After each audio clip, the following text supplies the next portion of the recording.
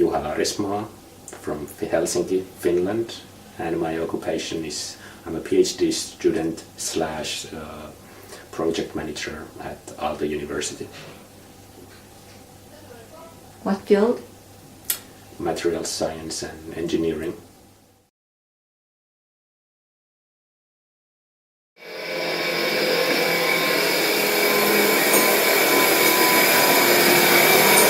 This is the chemical storage room.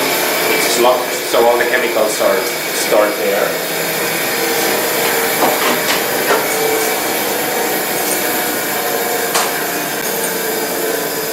And here we have some old optical microscopes and hardness testing, so mechanical hardness. So this is how the sample looks. Well, actually, this is not good, but this one is better. So it's like a mirror, and you can see all these small indents. Yeah. These are the one indent comes from when the hardness tester is hitting the sample, and this is actually a reference. It says HRC, so H as hardness, RC as Rockwell, or R as Rockwell. It's a standardized hardness testing, and C is for hard metals, and it says that the value should be 60. So before, basically we use this to calibrate that we know the hardness of this sample, and we check it that the equipment is working, and then you can measure your own sample. There's the whole table. Yeah, those are. I have no idea what that is. No.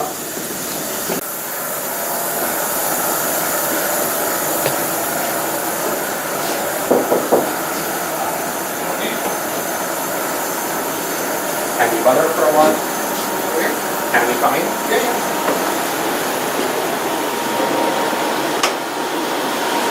So this huge device here is transmission electron microscope, the whole big thing, and it costs, I would say, at least €1 million. It can cost up to several millions of euros, and with this device you can, in the best case, you can really see atoms. So this one would be 100 nanometers. But when Charles put it there, he's line like this was 10 nanometers. So with that one you can really, with this one you can see really small things, but you can't see atoms. But with that one, if everything is perfect, you can even actually see the atoms. But that's why it costs a lot of money. I have no idea what that is. No.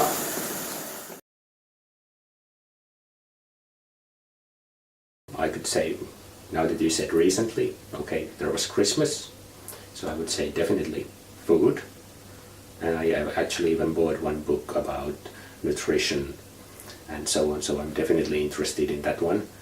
And then I was in Lisbon, and again, different food culture. I was eating a lot of local food, so definitely I would say food is one thing. Then, since I've been watching quite a lot of TV during the holidays, I watched one episode about MasterChef Australia, and they were baking bread, and I was a bit like, maybe I should try baking bread. It looks nice, and I have never done it.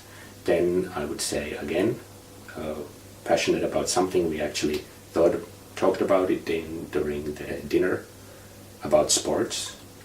I want to do some workouts, go running, maybe even skating, even though I don't have skates at the moment, but hey, it's winter, so it's not exactly the best time to do jogging.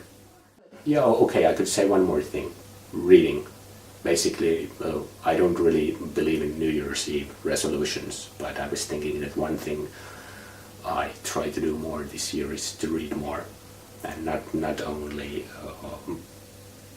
let's say scientific stuff, what I need to read for my job, but novels and so on. So as you know already, I read the book about North Korea.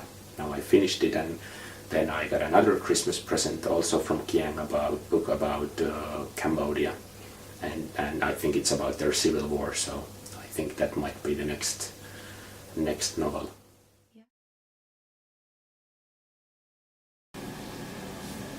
Choice.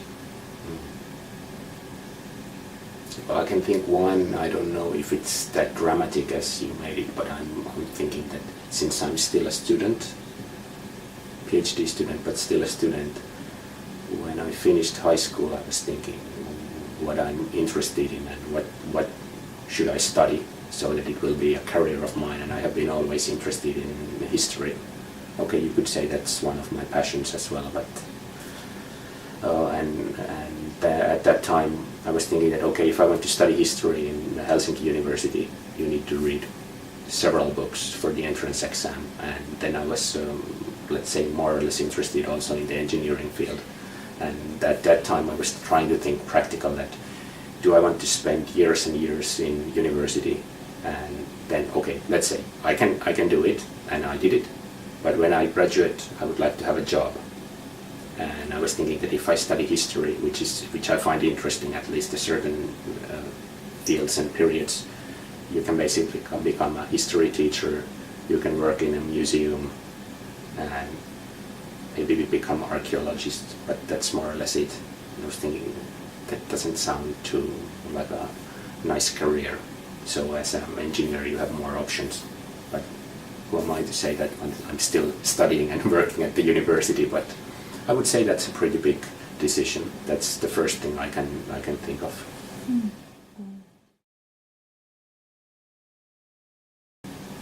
I would say, since we have been talking so much about education, and I have been in the university, I would say way too long, so it would be nice to finish my studies and get the doctoral degree.